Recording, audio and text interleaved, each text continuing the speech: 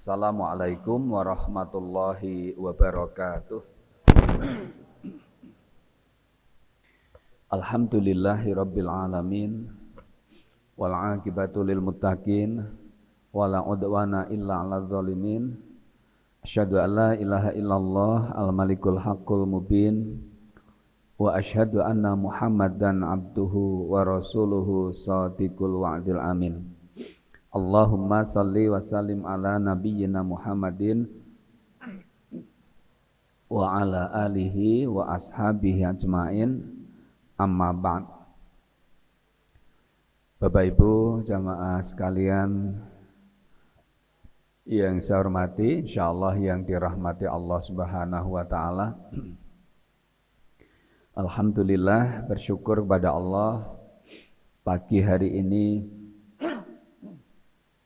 Allah melimpahkan nikmat dan karunia-Nya kepada kita semua sehingga kita dapat menghadiri majelis taklim Ahad pagi di Masjid Al-Kautsar ini. Semoga apa yang kita lakukan, yang kita ucapkan, bahkan yang kita pikirkan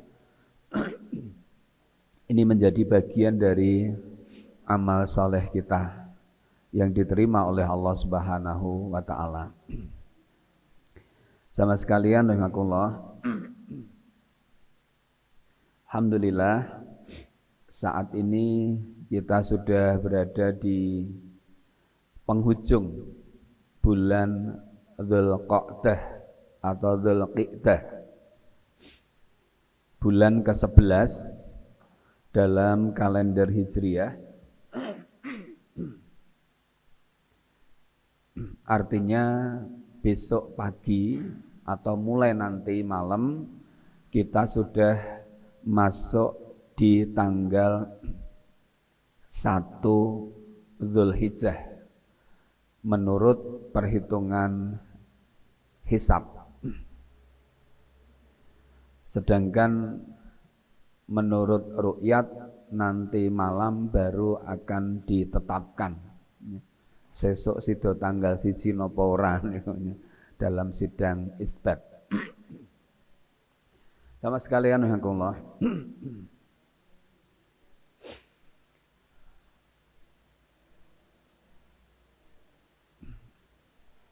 Untuk menguatkan, mengingatkan dan menguatkan kembali pemahaman kita tentang syahadat.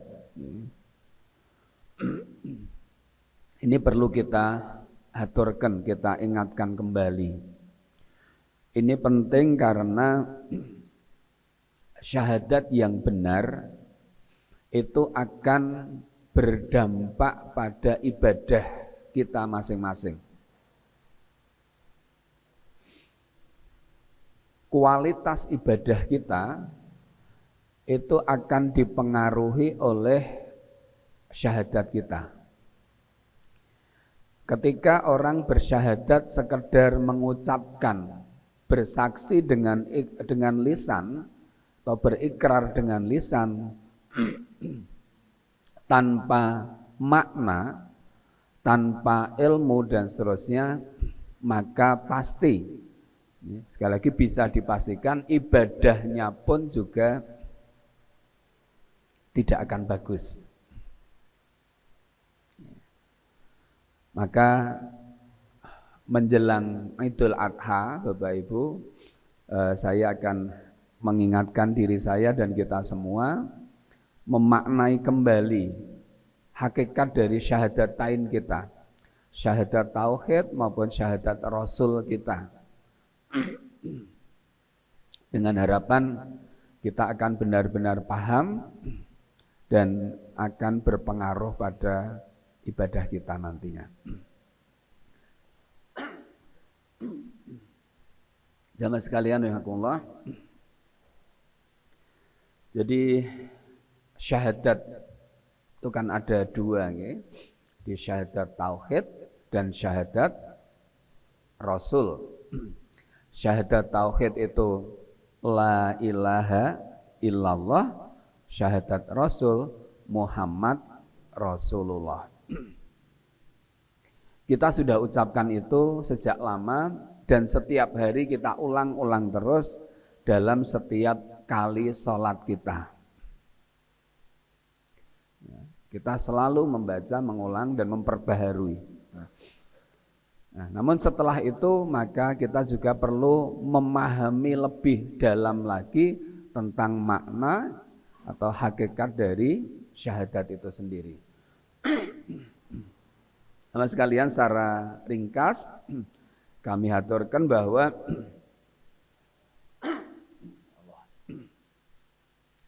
makna syahadat la ilaha illallah itu adalah kita beriktikad dan berikrar. Jadi kita beriktikad dan berikrar bahwa tidak ada yang berhak. Jadi tidak ada yang berhak untuk disembah dan menerima ibadah selain Allah Subhanahu wa taala. Jadi itu syahadat la ilaha illallah itu maknanya adalah bahwa kita yakin, kita membenarkan dan kita mengikrarkan bahwa tidak ada yang berhak untuk disembah dan menerima ibadah kita kecuali atau selain Allah Subhanahu wa taala. Ini harus clear di sini Bapak Ibu. Jadi bukan hanya diartikan atau dimaknai tidak ada Tuhan selain Allah, tapi tidak ada Tuhan yang hak untuk disembah. Ini penting ya. Jadi tidak ada Tuhan yang hak, yang benar untuk disembah dan menerima ibadah kita selain Allah. Karena Tuhan itu kan banyak Bapak. Tuhan yang disembah manusia itu banyak. Tapi yang hak untuk disembah dan menerima ibadah kita itu hanya Allah Subhanahu wa taala. Jadi ini harus clear nih. Dan tidak berhenti di situ, kemudian kita mentaati. Jadi mentaati hal tersebut dan mengamalkannya. Jadi kemudian diikuti dengan ketaatan dan mengamalkan. Jadi ketika kita sudah yakin, membenarkan dengan hati, dengan lisan kita, tidak ada yang berhak menerima ibadah kecuali Allah, yaitu harus terwujud itu. Harus ada buktinya. Nah di sini Bapak Ibu, nanti akan berpengaruh pada ibadah kita. Termasuk nanti yang kita singgung terhadap ibadah kurban kita.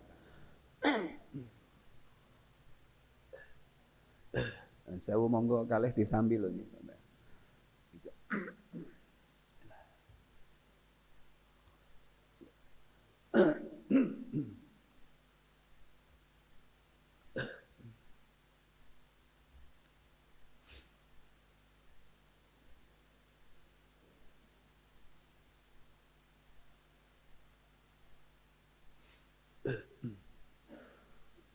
Jadi Bapak Ibu, di dalam syahadat la ilaha illallah itu ada rukun yang harus terpenuhi. Ada dua rukun syahadat la ilaha illallah. Yang pertama adalah nafi, meniadakan. Yang kedua isbat, menetapkan. Nafi'nya, meniadakannya adalah la ilaha. Jadi tidak ada ilah, tidak ada sembahan. Itu menolak semua sembahan. Tidak ada sembahan. Illallah itu menetapkan.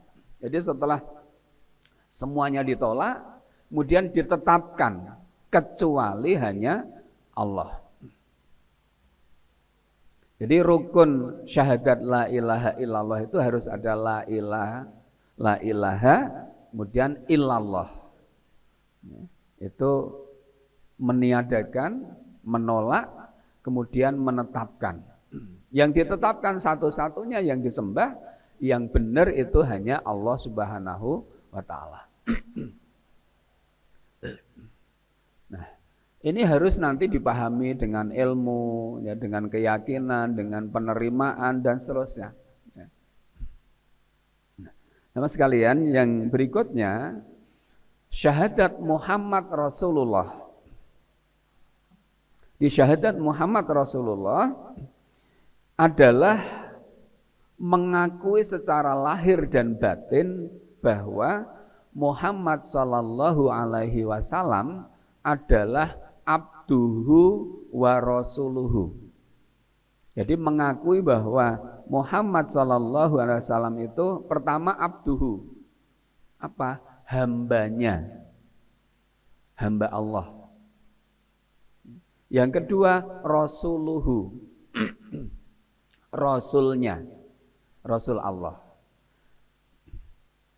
Karena ini penting sebab umat terdahulu, terlebih umat Nasrani itu berlebihan di dalam menganggap Isa yang sebenarnya dia juga abduhu wa rasuluh. Namun kemudian berlebihan dia dianggap sebagai Tuhan. Itu berlebihan. Maka di dalam syahadat kita Muhammad Rasulullah itu harus tegas. Siapa beliau? Siapa Muhammad itu? Satu, abduhu. Dia hambanya. Artinya sama seperti kita. Dia adalah hamba Allah. Dia adalah manusia seperti kita, sebagaimana pernyataan beliau. Qul innama ana basyarum mislukum, kata Nabi. Sesungguhnya aku adalah manusia biasa seperti kamu. Ngendikanipun Kanjeng Nabi kan gitu. Di ayat terakhir surat Al-Kahfi itu. Jadi aku adalah manusia biasa seperti kamu. Yuha ilayya dan seterusnya. Kemudian diwahyukan. Artinya beliau diberi wahyu. Namun hakikatnya beliau adalah manusia biasa. Dia adalah hamba Allah. Artinya punya sifat-sifat manusia atau sifat-sifat kemanusiaan sebagaimana kita semua. Sehingga Kanjeng Nabi juga bisa lapar, Kanjeng Nabi juga bisa ngantuk, capek, bagaimana kita. Nah, yang kedua, rukun syahadat Rasul adalah Rasuluhu. Jadi di samping hamba Allah, beliau adalah utusan Allah. Untuk siapa? Kafatal linnas. Jadi diutus itu untuk seluruh manusia. Untuk manusia seluruhnya. Bukan hanya kafatal lil muslimin bukan, lil mukminin bukan, tapi linnas. Di Kanjeng Nabi itu diutus oleh Allah untuk seluruh manusia. Ini makna syahadat Muhammad Rasulullah. Jadi mengakui secara lahir dan batin bahwa Muhammad adalah hambanya dan utusannya yang diutus untuk seluruh manusia serta mengamalkan konsekuensinya. Jadi tidak berhenti di situ, kita harus kemudian mengamalkan konsekuensi dari pengakuan kita itu. Apa setelah kita bersyahadat, bersaksi Muhammad Rasulullah, konsekuensinya adalah membenarkan ucapannya. Itu konsekuensinya. Di membenarkan ucapan Kanjeng Nabi, kemudian mentaati perintahnya, meninggalkan larangannya, dan tidak beribadah kecuali dengan cara-cara yang beliau ajarkan. Jadi itu syahadat Rasulullah, syahadat Muhammad Rasulullah. Ini harus clear sekali lagi Bapak Ibu, adik-adik sekalian, bahwa ketika kita memahami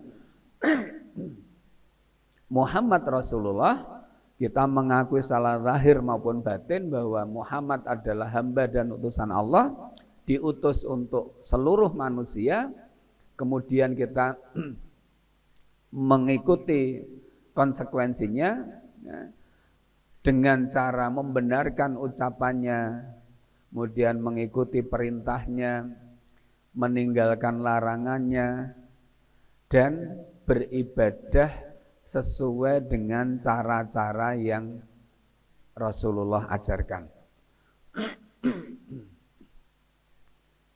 Tidak dengan cara lain itu.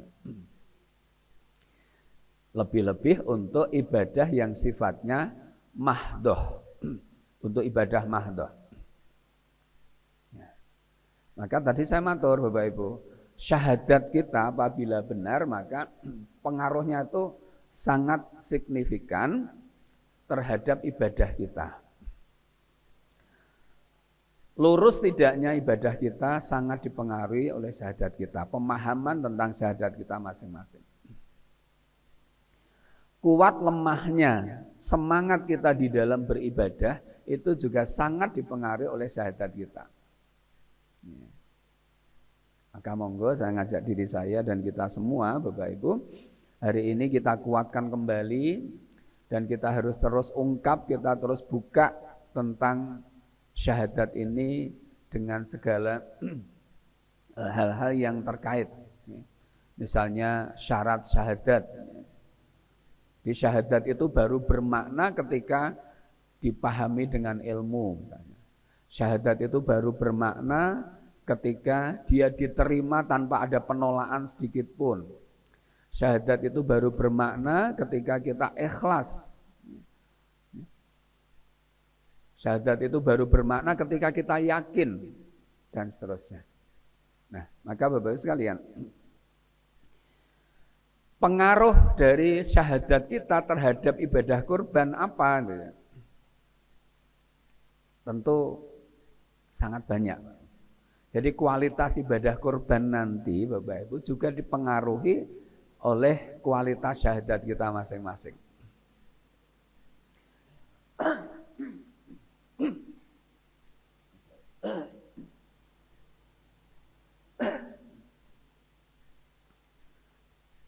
Maka kita kaitkan sedikit tentang pemahaman makna tentang syahadat ini dengan ibadah kita, khususnya ibadah kurban atau ibadah di bulan Dzulhijjah.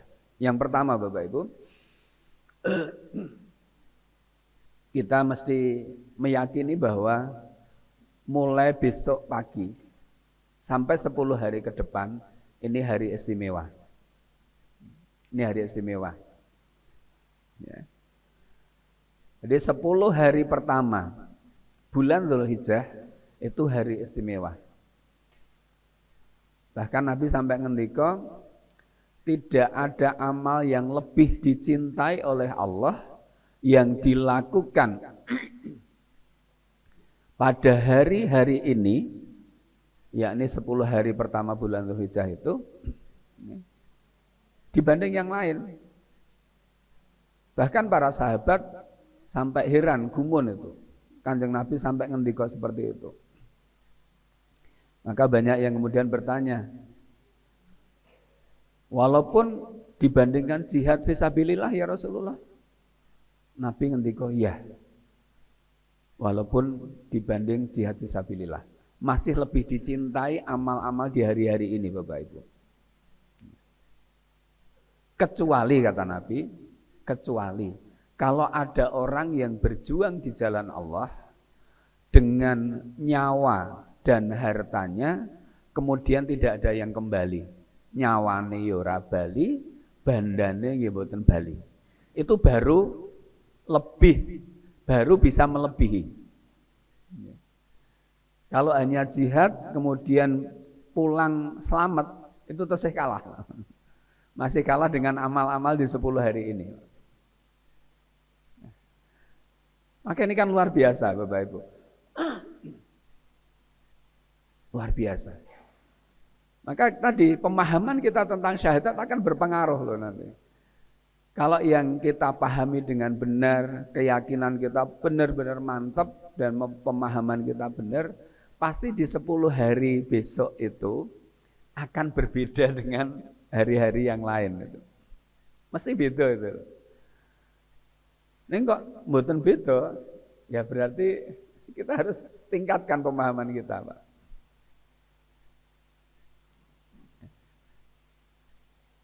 Mergo iman itu. Kalau sampai tidak beda dengan hari yang lain, berarti podo mingan. Tapi itu ming podo. Nek podo berarti napa? Ra kacek. Nek ra kacek ya ming podo, podo wae. Maka harus beda, harus beda. Apapun Bapak Ibu, semua amal, lebih-lebih amal-amal yang dulu dipraktekkan oleh Rasulullah. Ya, kalau yang saudara kita yang berhaji ya haji dan umroh di 10 hari ini. Kemudian kita yang tidak apa, kita bisa berpuasa. Ya. Bahkan dalam sebuah riwayat Kanjeng Nabi leposo dari tanggal 1 sampai tanggal 9. Rong kuat nih kok tanggal 9 tok. Atau yang sudah biasa Senin Kemis insyaallah dapat 4 ini, Pak. Kalau kita biasa Senin Kemis atau nanti ngambil Senin Kemis juga dapat 4 loh ya. Dan ini istimewa, Senin Kemisnya di 10 hari ini jadi lebih istimewa itu. Dapat Senin besok, kemudian Kamis, Senin, Selasa. Selasa tanggal 9-nya insyaallah. Jadi dapat 4. Dari 9 hari dapat 4 kan lumayan. Dan ini istimewa, Pak. Dengan memperbanyak zikir, banyak takbir. Dan monggo kita kembalikan Bapak Ibu, lagi-lagi pemahaman kita tentang syahadat tadi. Dan pemahaman kita tentang agama Islam secara umum, secara keseluruhan tentu sangat berpengaruh. Kita melihat begini Bapak Ibu. Satu ibadah itu ketika jadi sesuatu yang sunnah ketika dikolaborasi, dicampur dengan hal yang bukan sunnah atau mungkin sifatnya tingkatnya baru mubah, artinya boleh gitu ya. Itu biasanya yang sunnah yang kalah. Jadi ketika sesuatu yang sunnah, kemudian manusia kreatif kan ya, umat Islam saat ini kan kreatif. Terus di dalam menjalankan yang sunnah itu dicampur dengan hal-hal lain yang sesungguhnya hukum asalnya itu boleh itu, mubah. Artinya ya enggak apa-apa itu. Tapi ketika itu digabung, dicampur, biasanya sunnahnya jadi kalah, Pak. Sunnahnya jadi kalah ya. Contoh apa? Kalau Bapak Ibu malam Idul Adha, malam Idul Fitri itu kan di Jogja ini banyak. Ada festival takbir, ya. Takbir keliling dan sebagainya. Kita senang kan Bapak Ibu melihat itu ya, anak-anak kita, muda-mudi, anak-anak, bahkan sampai yang tua. Tapi kalau kita perhatikan di sana kan di Samatur, sunahnya jadi kalah. Coba jenengan perhatikan antara nilai kotean karo takbir. Menang endi itu. Antara nilai jogetan karo takbir gitu ya. Koreonya dengan takbirnya. Yang diperhatikan ini yang sebenarnya hukumnya mubah aja gitu ya. Kemudian bisa mengalahkan yang sesungguhnya sunnahnya itu ya takbirnya itu. Nek takbir mestinya khusyuk, dihayati, dimaknai betul mestinya kan gitu, Pak. Ini bagaimana mau memaknai wong le takbir karo jogetan? Saya bukan melarang takbir, festival takbir dan sebagainya. Kemudian mengembalikan bagaimana yang aspek sunnahnya ini tetap rohnya itu kepegang gitu. Ini nggih angel, Pak. Ketika digabung itu susah. Susah. Kalau yang benar-benar takbir nggih di rumah atau di masjid itu pasti lebih bagus, lebih khusyuk. Cah cilik-cilik mengambil segmen yang lain ya pun rapopo. Penting takbirnya itu sehonten dan diarahkan. Sama sekalian Allah. Jadi ini poin yang pertama, 10 hari besok harusnya beda. Harusnya beda. Ada yang beda dibanding hari-hari lain. Perihal ibadah dan amal soleh kita masing-masing. Karena apa tadi? Tidak ada amal yang lebih dicintai oleh Allah dibanding amal-amal yang dilakukan pada hari-hari ini. Yang dimaksud adalah 10 hari itu. Termasuk nanti puncaknya adalah menyembelih hewan kurban. Nah, kemudian bagi sahibul kurban itu juga disunnahkan untuk tidak memotong rambut, kuku, dan sebagainya. Sampai nanti hewan kurban dipotong. Kekuatan syahadat kita akan berpengaruh juga pada sunnah ini, Pak. Maaf kadangkala saya itu imannya masih kalah jauh dengan seorang penggembala kambing di zaman Umar. Iman kita masih kalah kuat dibanding seorang anak gadis dari seorang janda penjual susu di pasar. Yang insya Allah ceritanya sudah dipahami bersama. Bagaimana penggembala kambing itu dicoba diuji oleh Umar akan dibeli kambingnya untuk memenuhi kebutuhannya, keinginannya. Dan tidak ada orang yang tahu, adanya hanya Umar dengan penggembala kambing itu. Dibujuk, nek takoni juraganmu mati pangan macan siji kan wis rampung. Apa jawab dia? Wa aina Allah katanya. Lalu di mana Allah katanya. Jadi ketika dia meyakinkan sing ana ki mung aku ro kowe kira. Penggembala kambing itu mengatakan, lalu di mana Allah itu ya? Apakah kita sanggup mengucapkan itu, Pak Bu? Lalu di mana Allah katanya? Dengan nada yang gemetar dan keras itu. Nah, kita kadangkala betul-betul kalah itu. Ketika hanya secara kasat mata hanya ada 2 orang, mungkin kita sudah meniadakan Allah. Juga kalah dengan imannya anak gadis penjual susu yang oleh ibunya diminta untuk mencampurkan air ke dalam susunya itu. Maka si anak gadis itu menjawab pada ibunya, apakah ibu tidak takut pada khalifah? Khalifah Umar kan jauh di kota sana, di istananya, dia tidak akan ngerti. Kalaupun tidak takut pada Khalifah Umar, Amirul Mukminin, apakah ibu tidak takut pada Allah? Bagaimana nanti kalau disuruh memisahkan antara air dengan susu?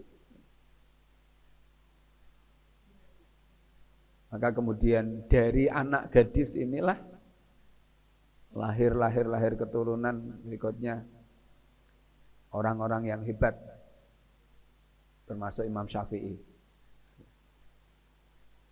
Karena memang lahir dari rahim seorang ibu yang hebat, gitu ya. Yang imannya kuat, yang syahadatnya kuat. Gitu. Nah, jamaah sekalian, alhamdulillah. Kemudian yang kedua, syahadat kita akan berpengaruh ya. Tadi saya matur pada ibadah-ibadah kita di 10 hari ini. Masuk larangan atau disunahkan kita tidak memotong rambut, kuku, dan sebagainya. Nah, ini kadang saya sendiri merasa berat. Orang motong ngerok jenggot brengos 10 hari itu wah rasanya begitu.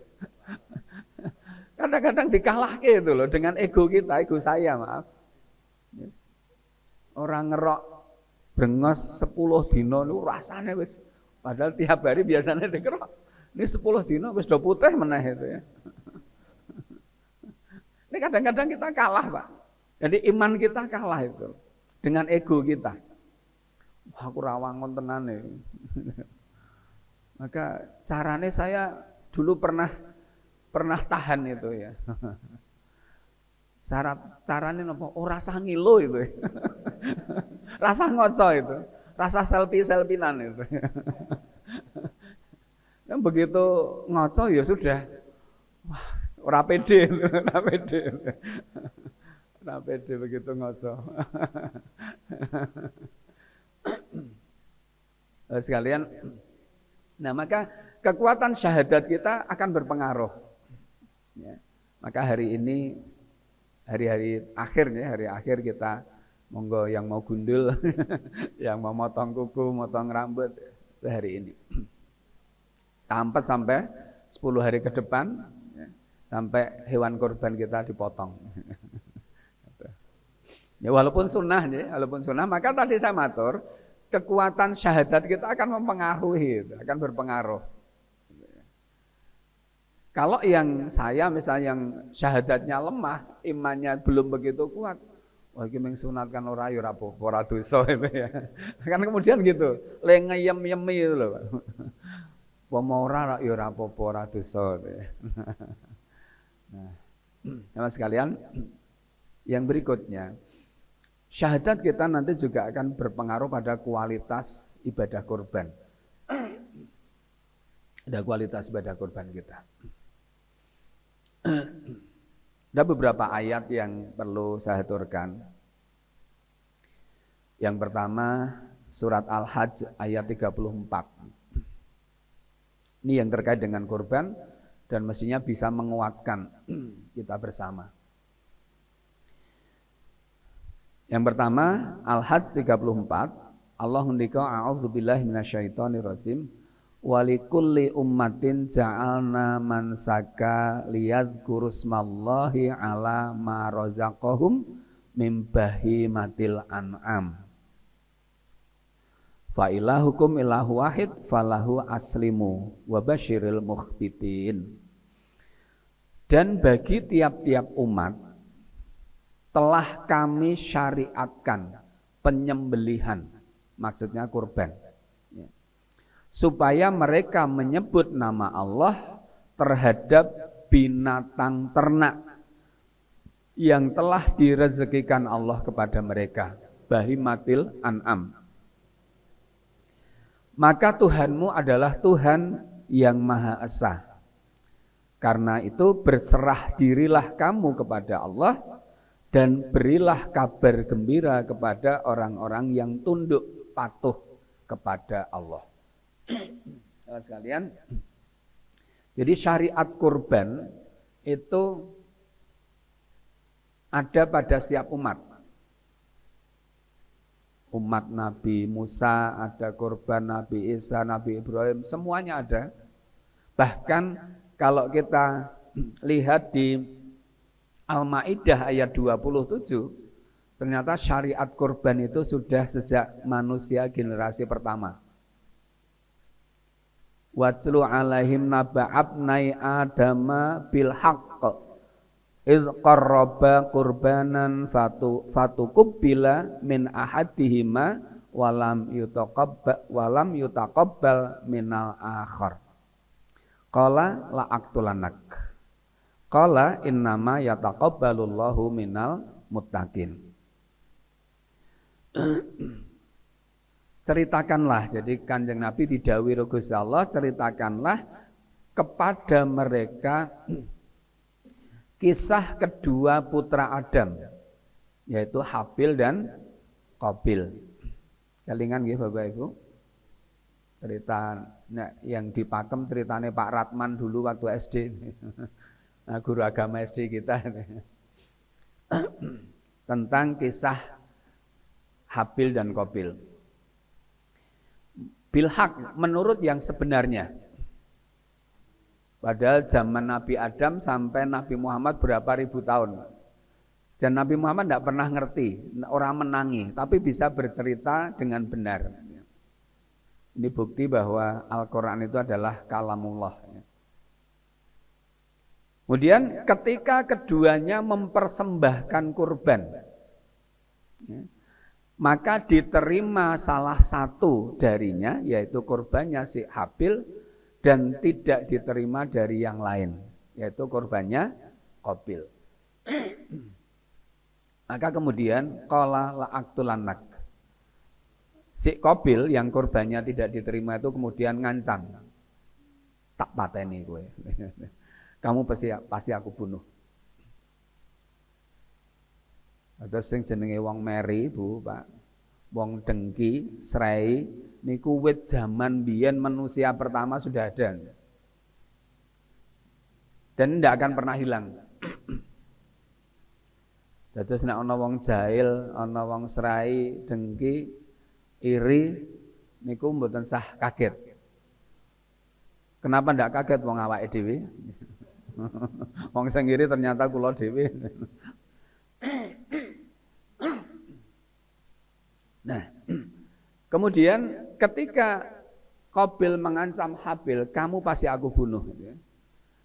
Dia menjawab, qala innama yataqabbalullahu minal muttaqin.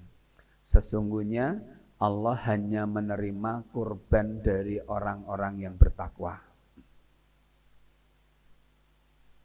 Sesungguhnya Allah hanya menerima kurban dari orang-orang yang bertakwa. Dan ini secara khusus loh. Innama itu hanya saja. Artinya nek mboten takwa yo ekstrimnya yo ora ditampa itu. Jadi ini menjadi sesuatu yang mutlak, Pak, Bu.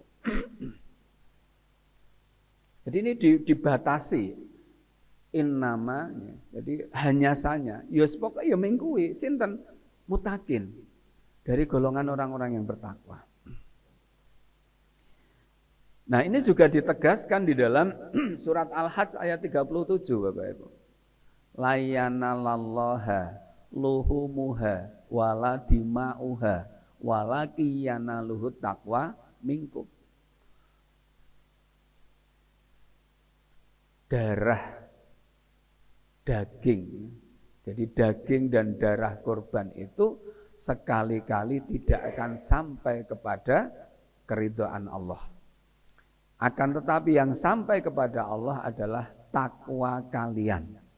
Takwa kamu semua. Ngendikane Gusti Allah ngaten mau. Jadi dari dua ayat ini sangat jelas Bapak Ibu bahwa kurban itu mestinya dilandasi ketakwaan kita. Atau kurban kita itu ya karena sebagai wujud takwa kita kepada Allah. Bukan kita berkorban karena isin karo liyane, bukan berkorban karena meri karo liyane, bukan. Sehingga Bapak Ibu, kalau misalnya kita atau ada orang yang tahun kemarin dulu korban, tahun ini tidak korban, itu bukan aib gitu loh. Itu bukan aib. Dan itu sangat mungkin terjadi. Namun kan mungkin kita, wah isin aku. Biasanya korban kok ora korban itu. Kae wae korban kok aku ora korban. Nah, kalau yang terjadi seperti ini Bapak Ibu, kita khawatir betul. Karena bukan lahir dari ketakwaan kita. Pun dari rasa malu, dari rasa iri, jangan sampai betul. Dan ini perlu dicerahkan kepada masyarakat kita. Jadi kalaupun tahun ini tidak berkorban, itu bukan sesuatu yang salah dan itu bukan aib gitu loh. Dan kita tidak kemudian harus takut dirasani wong sing ngerti aku duwe apa ora kira awake dhewe nggih. Orang lain kan nyawan, ngira-ira. Nek kaya iki wangune ndek dhuwit. Wangune ndek dhuwit padahal utange akeh. Nah ini, jadi ibadah itu juga perlu kejujuran kita Bapak Ibu. Jadi perlu kejujuran kita. Nanti akan melahirkan keikhlasan kita. Ya, jadi ini perlu kita kuatkan Bapak Ibu. Jadi takwa kita kepada Allah itu wujudnya diantaranya ya kita dengan berkorban itu. Maka Bapak Ibu, Kalau kita perhatikan, hari ini kita seneng ya, di mana-mana orang bercerita bahwa hewan kurbannya banyak, baik kambing maupun sapi. Di mana-mana cerita banyak peningkatan, apalagi dibandingkan sebelum tahun 2000-an dulu. Sekarang luar biasa. Namun kita tidak boleh berhenti senang dengan banyaknya hewan kurban, Bapak Ibu. Karena banyaknya hewan kurban tidak atau belum selalu menunjukkan atau belum berbanding lurus dengan ketakwaan tadi. Jadi banyaknya hewan kurban itu belum berbanding lurus dengan ketakwaan para sahibul kurban. Kemarin malam Jumat saya ngaji di daerah Kledokan Depok ya, belakang Ambarukmo. Yang Resol di sana nyembelih sapi 14. Satu masjid itu ya. 14. Kemudian kambingnya belum terdeteksi, yang biasanya dadaan. Kita ngitung yang fik yang 14 itu. 14 sahibul kurban itu kan maknanya 14 kepala keluarga. Kalau satu kepala keluarga itu anggotanya rata-rata 3 orang saja. Ping 14 pinten niku, Pak. Cepet-cepetan aja. 294 ya. Betul nggih? 294. Nggih Mas Fri, sing matematika. Artinya kalau antara sahibul kurban dengan ketakwaan itu sudah berbanding lurus.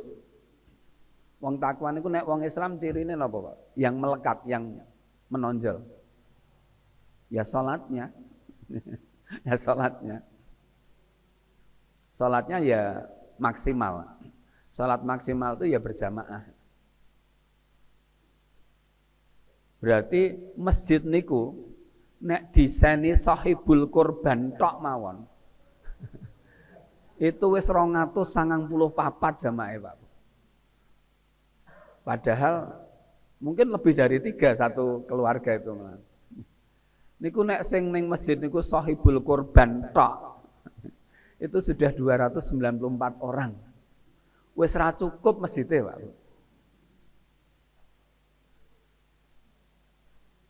Nah ternyata ini belum berbanding lurus, malah kadang berbanding terbalik. Jamaah sholat karo sapine akeh sapine malah. Jamaah ro wedhuse akeh wedhuse ini lho. Ini kan kondisi yang paradoks soalnya. Di satu sisi ini ledel, sisi lain yang justru menurun. Kontras gitu ya. Dan saya rasa mungkin di jamaah kita seperti itu. Jadi nek isine sahibul kurban tok mawon masjid-masjid ini pun kebak jane. Belum ditambah yang lain.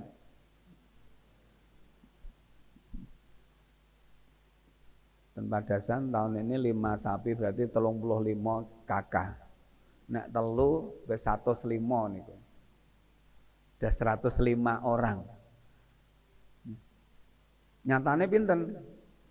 Ya paling wong 40, wong 50 baru itu.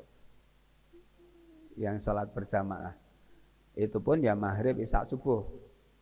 Nah, zuhur asar ya wong 15. Nah, tadi ada yang lebih prihatin antara jamaah sholatnya karo wedhuse akeh wedhuse. Nah, ini kondisi real Bapak Ibu yang ada di depan kita dan ini menjadi tugas kita bersama. Jadi memberikan pengertian, pemahaman kepada para sahibul korban bahwa takwanya itu yang menentukan, bukan besar kecilnya. Nah, kemudian Bapak sekalian, syahadat yang benar itu juga akan berpengaruh pada praktek kurban nanti. Pada pelaksanaan kurban itu akan dipengaruhi oleh syahadat kita. Jadi kalau kita bicara fikih kurban itu kan setidaknya ada 3. Pertama terkait dengan pemilihan hewan kurban. Yang kedua penyembelihan. Yang ketiga pentasarufan, pembagian daging kurban itu. Tidak lepas dari tiga ini. Nah, kita mulai dari memilih hewan itu harus sudah perhatikan betul. Kita tidak boleh karena sudah jelas memilih hewan kurban itu pertama jenisnya. Ini harus mengikuti syariat. Jenisnya apa? Bahimatul an'am. Binatang ternak. Namun binatang ternak pun itu sudah ditentukan jenisnya apa saja. Tidak semua binatang ternak. Karena sekarang ada yang ternak ular, ternak maggot, tidak boleh untuk kurban. Bahkan ayam saja tidak boleh. Padahal ternak ayam. Hanya jenis domba dengan segala variannya, sapi dan semua variannya, mau limusin, mau metal, mau Jawa, Madura, Bali, itu semua sapi. Kemudian unta dan semua variannya. Kemudian yang kedua apa? Usia. Bagi kita yang memahami syahadat dengan benar, kita tentu patokannya usia itu ya musinah. Karena Nabi ngendika, janganlah kamu berkorban kecuali musinah. Musinah itu apa? Poel.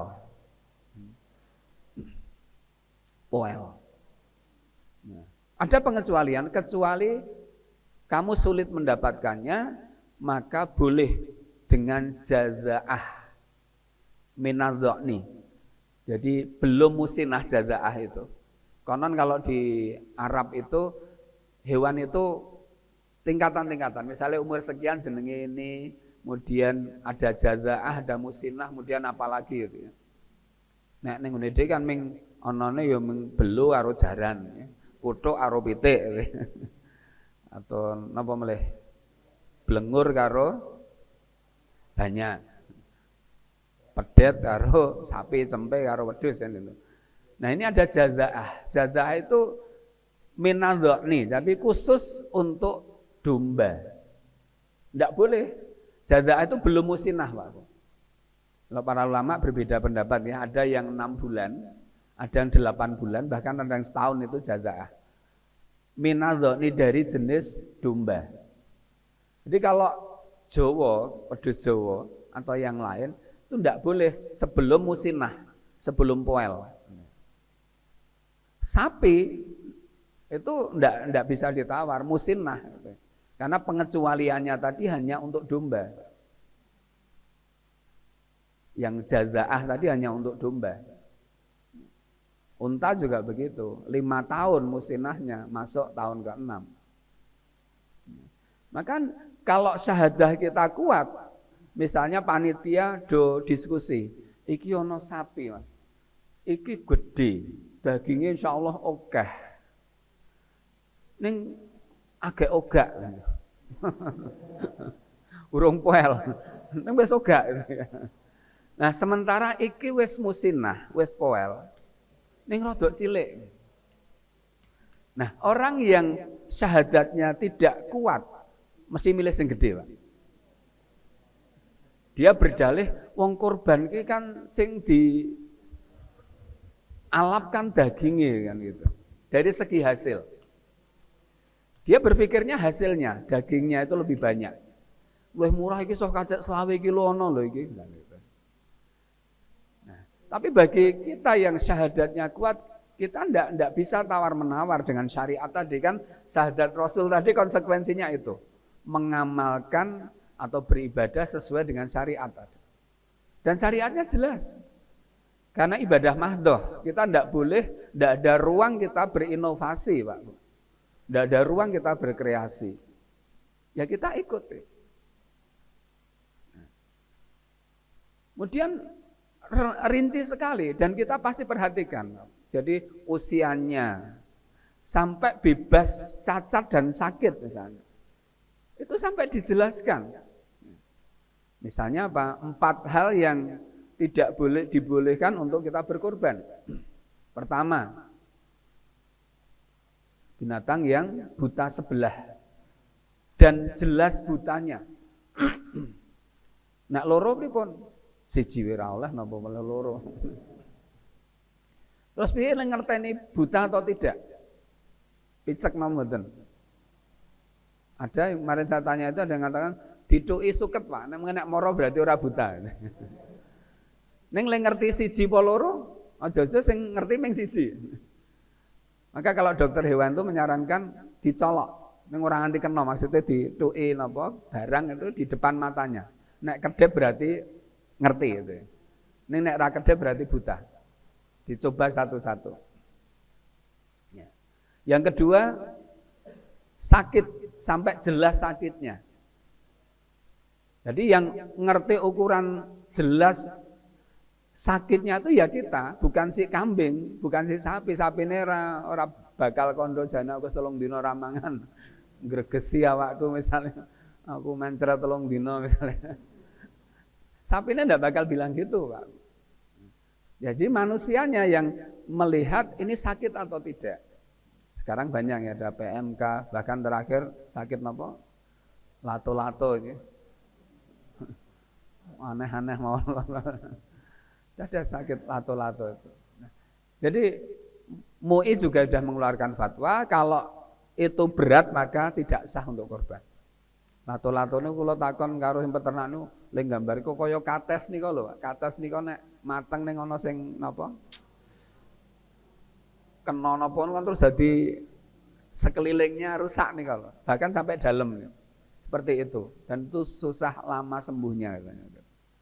Maka hati-hati pada panitia kurban kalau mencari hewan kurban besok pastikan sehat itu. Kemudian pincang dan jelas pincangnya. Ada ulama yang memberikan pendapat ukuran pincang niku, pincang jelas pincang itu nek melaku bareng kancane ketinggalan itu. Jadi kalau jalan berombongan dia ketinggalan dibanding yang lain. Kemudian yang kurus, gitu. Kurus rano dagingi. Untuk 4 itu clear Bapak Ibu. Namun ada 2 yang di kalangan ulama ini ikhtilafnya, karena hadisnya konon dhaif itu. Yaitu hewan yang kupingnya cacat, ya, sobek atau perung, ya. Kemudian yang tanduknya pecah. Tapi karena hadisnya dhaif itu sebagian ulama menghukumi itu makruh aja. Nek ono liyane ya luwih apik. Ini nek ra ono liyane ya boleh enggak apa-apa. Namun kalau yang 4 tadi clear itu ya. Di buta, sakit, pincang atau kurus gitu. Jadi sampai detail seperti itu dan itu akan mempengaruhi syahadat kita terpengaruh oleh itu, Pak. Nek golek hewan kurban ya mengikuti apa yang Rasul sampaikan. Ora kok pilihane sing penting lemu gitu. Yang penting lemu. Bukan. Nah. Maka ini penting Bapak-Ibu sekalian menguatkan syahadat kita. Jadi memaknai syahadat dengan benar maka akan berpengaruh kepada ibadah kita. Jadi termasuk ibadah kurban yang akan kita lakukan nanti semoga lebih baik. Ya. Semoga lebih baik. Tadi apa? Dasar ketakwaan itu harus di dasar dari ketakwaan kita. Sampai pada penyembelihnya, jagalnya Pak. Ya, syarat jagal napa? Islam. Wong Islam niku salat mboten? Salat. Maka nek golek jagal ya sing Islam tur salat. Tidak hanya Islam kok. Islam dan salat. Nek sing ming melu ngelati, melu nyekeli misalnya sing ra salat ya masih. Nek sing beleh itu kan berpengaruh pada sah tidaknya, halal haramnya daging itu. Ini akan berpengaruh sampai sana, Pak. Jadi tidak asal sudah Islam kok. Maka termasuk kalau kita jajan dengan lauk binatang yang disembelih, itu kita juga perlu perhatikan sampai sana. Jadi tongseng, sate, kambing, sapi, ki sing beleh ki sapa itu ya. Ini penting. Ini penting. Nah, jadi dasarnya bukan murah dan enaknya. Biasanya kan murah dan enak wong jajan niku sing pertimbangan pokoknya. Wis nek murah enak wis lali iki mbuh Beli sopo ora penting. Yang penting enak dan murahnya gitu. Barangkali itu Bapak Ibu sekalian yang bisa saya sampaikan. Mudah-mudahan ya mengingatkan kita kembali untuk lebih memperhatikan dan lebih berhati-hati di dalam kita beribadah. Jadi mutlak hanya karena Allah, dan ibadah kurban kita nanti adalah Allahumma hadza minka walaka. Jadi dari Allah dan untuk Allah. Maka mestinya itu adalah yang terbaik menurut kemampuan kita masing-masing. Karena terbaiknya satu orang dengan orang lain tentu berbeda. Dari sisi besar kecilnya hewan misalnya berbeda. Namun terbaik menurut kita masing-masing.